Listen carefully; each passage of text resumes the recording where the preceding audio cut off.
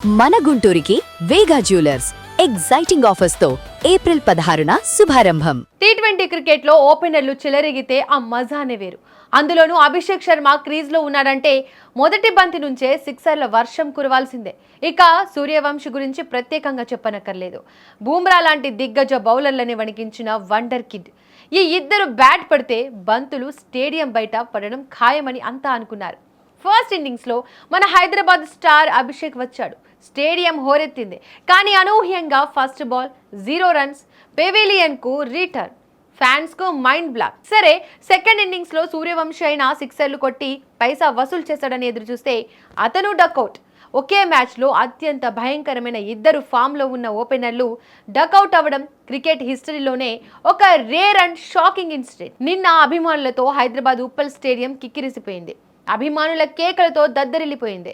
Sun Risers Hyderabad versus Rajasthan Royals match అంటే ఆ craze వేరు. కానీ ఫ్యాన్స్ వేలు ఖర్చు పెట్టి స్టేడియానికి వచ్చింది మ్యాచ్ కోసం కాదు, ఇద్దరు విధ్వంసకర వీరుల సునామీ ఇన్నింగ్స్ చూడడం కోసం.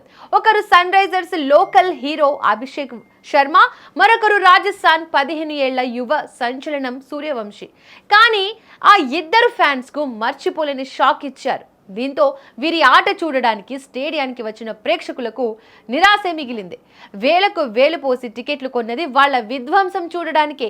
పైసా వసూలవుతుంది అనుకున్న మ్యాచ్ కాస్త హీరోల డకౌట్తో డల్ అయిపోయింది. స్టేడియంలో ఒక్కసారిగా పిన్ డ్రాప్ సైలెన్స్ అలుముకుంది. కనీసం ఒక్క సిక్సర్ అన్నా కొడతారేమో అని ఆశపడ్డ కళ్లకు వికెట్లు ఎగిరిపోతున్న దృశ్యాలే కనిపించాయి. అంచనాలు ఆకాశంలో ఉన్నప్పుడు ఫలితం అట్టడుగున ఉండడం ఈ ఆటకు మాత్రమే సొంతం. ఎంతో ఆశగా వచ్చిన ఫ్యాన్స్ కు మిగిలింది కేవలం నిరాశ మాత్రమే. ఏది ఏమైనా ఫామ్ అనేది టెంపరరీ, క్లాస్ అనేది పర్మినెంట్. ఒక్క మ్యాచ్ వైఫల్యంతో వారి టాలెంట్ను ఎవరు తక్కువ అంచనా వేయలేరు. తర్వాతే మ్యాచ్లో ఈ ఇద్దరు డబుల్ ఇంపాక్ట్తో భారీ సెంచరీలతో కంబ్యాక్ ఇస్తారని ఆశిద్దాం.